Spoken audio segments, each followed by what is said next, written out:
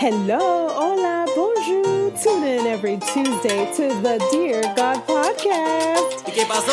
Nah, we talking like it's 1995. Let go of that Wi-Fi. Let's laugh and cry, but never say goodbye.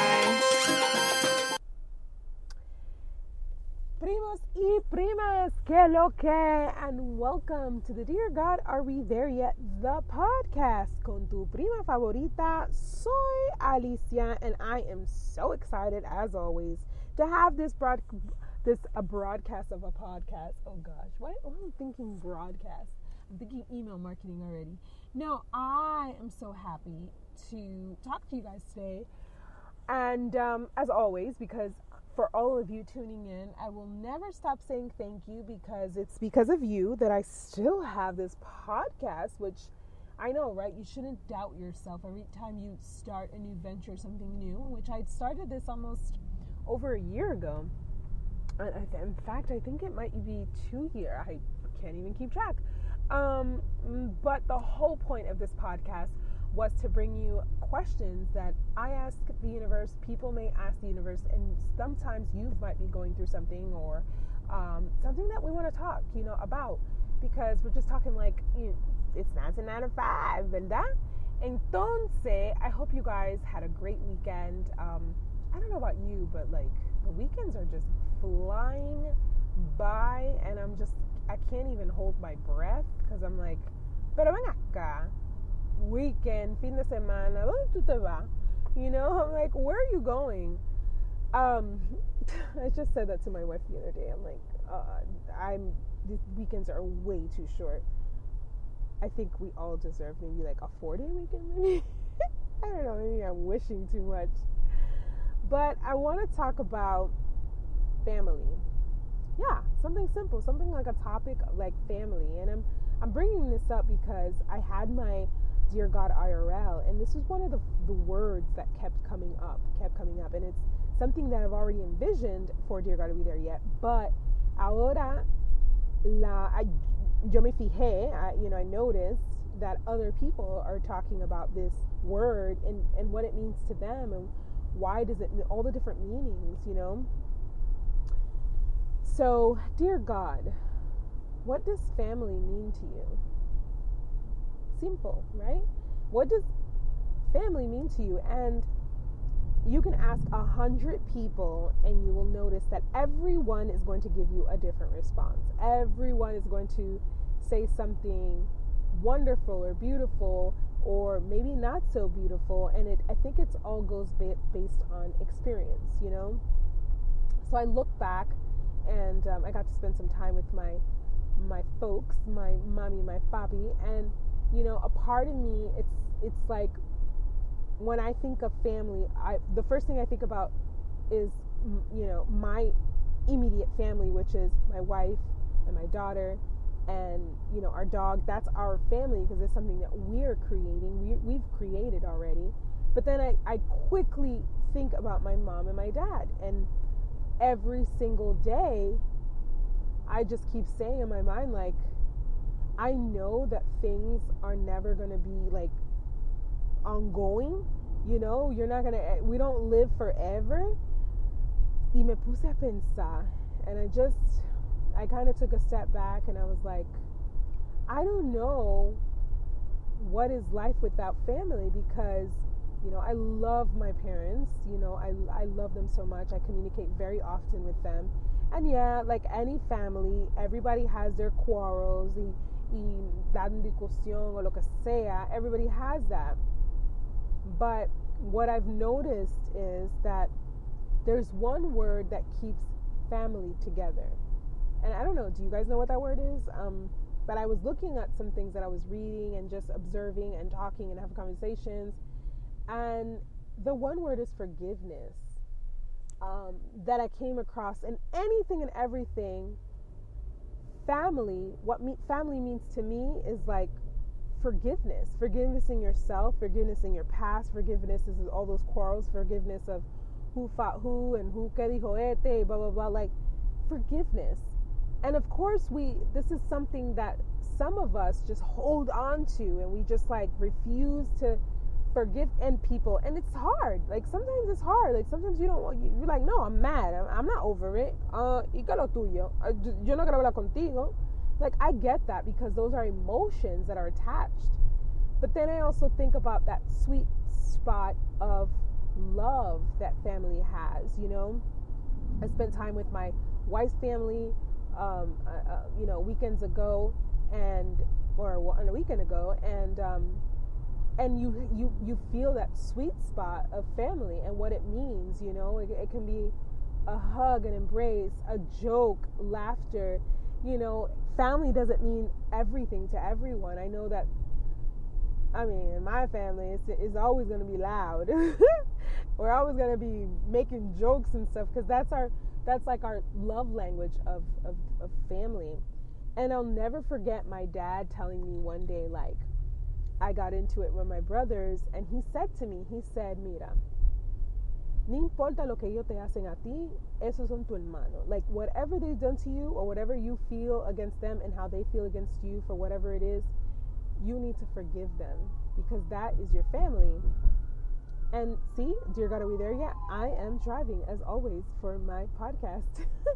Because Dear God, Are We There is about a car, right? No, but all jokes aside, I always keep that in the back of my mind, that it's hard sometimes to, you know, make peace with everyone. It's so hard. And you can choose who you want to consider family, because for many years of my life I considered, and still now, I consider a very small core group of friends my family, and they are my family. They've become my family. They've become a part of my journey because of their endless forgiveness and their endless love. And what does family mean to you? I want to know what family means to you. Like, what does it truly mean? For me, it means that forgiveness needs to be the number one thing. And a lot of people say love needs to be the number one thing. Totally get it. I totally see where you're coming from. Ya yo lo tengo en la mente. Pero la cosa es que without forgiveness, it's like, where is true love for the people that you love? And I'm thinking about all the nonprofit stuff, and I'm so happy I did that Dear God IRL, and I can't wait to do so much more and so many more with different types of people or different locations or whatever the case is, because I already know in the back of my mind that the references of a suggestion or any ideas or every conversation is going to come based on that one word, family. Whether it's a good experience, a bad experience, a growing experience, a change experience, you know, it takes a lot for us to go back into our brains and soul search and like, okay, what does family mean to me? Like, who's important to my family? And even having a child now, I think about it even more, because it was just me and my wife and my family, of course, my, you know, external family, which I considered my brothers and my mom and dad. And it made me refocus, like, just because certain people are your family, like you have blood with them, doesn't mean that you need to be a kiki with them. Like, it's okay. As long as you know in your heart you have to have a forgiving heart, and you just have to give them that space and be like, you know what, I'm in a time of my life that I just want that space. So we got to think about that. Like, let's think about that and how we can alejarnos, you know, just take ourselves out of the picture of the people that are family that we just don't need in our circles. They're our family. They will always be our family. But if you feel that that little sweet spot of forgiveness is not working, like it's not coming up, then you have to learn. And I'm not saying you have to. I'm not a psychologist. I'm not a psychiatrist. I'm not a therapist. I don't know nothing about that. But I'm just saying, like, in order to move forward, you have to break up with the mindset of, you know what, I need to forgive. And you don't have to tell them in their face. You don't have to look at them. You just, in your own conscious mind, you have to forgive, because that is love. That's being able to say, I love the fact that I can honor this forgiveness to keep these people away and not have them in my circle of my life, not because of hate or anything. It's because it's just not, it's not going to work for you. So I wanted to ask this question to you guys because family is something really, really big, and it's something so joyful. It's something like home. I mean, if you've had a good experience or even a bad experience, there's no matter what experience you've had with your family, there's always going to be a memory of something, a smell, a sound.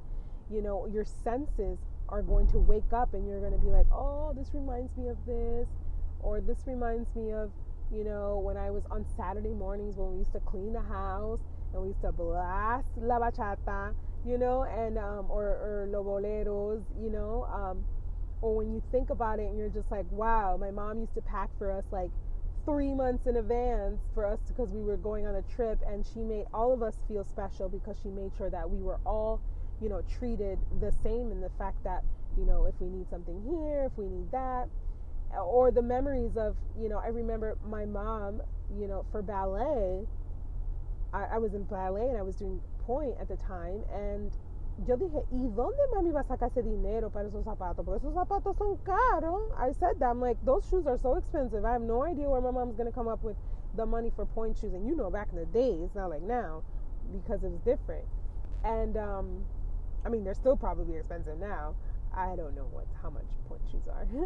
Pero lo que yo me abaso is what I'm speaking about is that the sacrifices that she made, the way she worked, the way she, you know, in my mind, like, I never heard her complaining that, like, oh, about us, you know, that we're too much, we're do this. Like, she enjoyed being a mom. It was important to her, and that was her love. Even though her love might not be shown like another mom's love, we knew that she loved us. And I keep thinking about that, my own daughter, and I'm like, wow, you know, my wife and I, we have a beautiful little girl, and we just want to give her so much love. We want to teach her so many good things, and we want to teach her about life, you know, as she grows. And we want to expose her to the things that, you know, society deals with, so that she is not in shock and says, oh, I didn't know this. You know, we don't want to do that. We don't want to instill limiting beliefs. We don't want to instill that things cannot be possible. We don't want to instill those things. We want to instill a safe environment. And no matter how you raise your children, I've learned that they are their own selves. But if you embed something deep into them, you know, and that same thing, even if you don't have children, you embed that in yourself to say, I'm going to change my mind process and my thought process. So I want you to ask yourself about, what does family mean to you? And what do you want out of that? And things can change overnight. You know, what do you want out of your family, as far as not something that you need or want. I'm saying, like, where do you see the growth of it? If it could be your personal family, like your husband or your wife or your child or your children, or just you as a single person, you know, because we are not here forever. And as long as you have a forgiving heart, I feel that you can be peace within yourself, and also know that you are putting out something in the universe with that type of energy, that no matter if you don't talk to these people that are in your family, or, you know, whatever, I don't know, a mother-in-law or whoever, you're putting out this energy of love, because you've done the one step that it's so hard for us, and it's forgiveness. So I just wanted to come to you guys today on the podcast to talk about this, because as I learned again on the Dear God IRL, family is so important, and it just means something when it comes to priorities or whatever the case is. And don't be afraid to be who you are, because you want to change something about yourself or your life, or how you socialize or how you don't socialize, or who you want your children around, or all that stuff. Like, you have to live the life you want, and live the life you desire, and live your life for you and what's best for your personal family.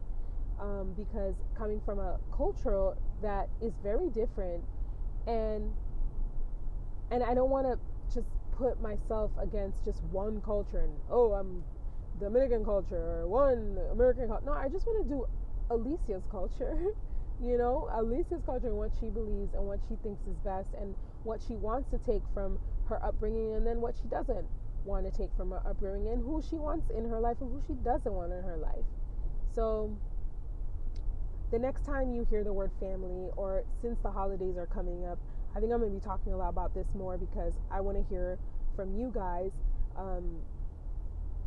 especially with ideas for the Dear God fundraisers and our projects and what's coming next and the next IRL and board of directors, all that stuff. I am going to open the doors for you guys, because I am all about listening, and no idea is stupid, and no feedback is dumb, and no story is like boring, because every one of our stories are special and it's our personal own. So thank you for coming onto the podcast this week. Next week, we're going to dig in a little bit more into this Dear God, Are We There Yet? The foundation and the nonprofit. And but I'm going to probably talk about something that's a little controversial, right? Oh my God, Alicia's growing. And I don't know. I mean, I've learned that just because I don't like to talk about certain things, there's people that like to talk about it and they like to air out their opinions about it. And I have to respect my uncomfortableness of talking about certain things that make my, blood like worrisome, when you're in a room with people that talking about politics or something, and people are not respecting each other because they just want to change your ways or your views or whatever the case is. They're passionate about it. I get like anxiety. I'm like, oh my God, no pelean, por favor, like don't fight. And maybe I'm living in a unicorn land, and maybe I'm living in a, la la land, or whatever the case is. And I'm super happy with that. But I know that I need to get uncomfortable, and being uncomfortable is where growth comes, because it makes me understand people a little bit better, and the families and the children, and that I will be able to help. So until next time, thank you for listening to the Dear God, Are We There Yet? The podcast. And if you want to be on the show, go ahead and email me at hello@deargodarewethereYet.com. If you want to be on the show, you got something to say. Also, check out our Instagram, where last week we had a lot of different questions that, and not even just questions, more like statements of what we went through and the IRL. And I want to hear your opinion. You can go on my link in Instagram and share this podcast if you know someone who needs to hear it, or someone's going through it with their family, or trying whatever it is. So until next time.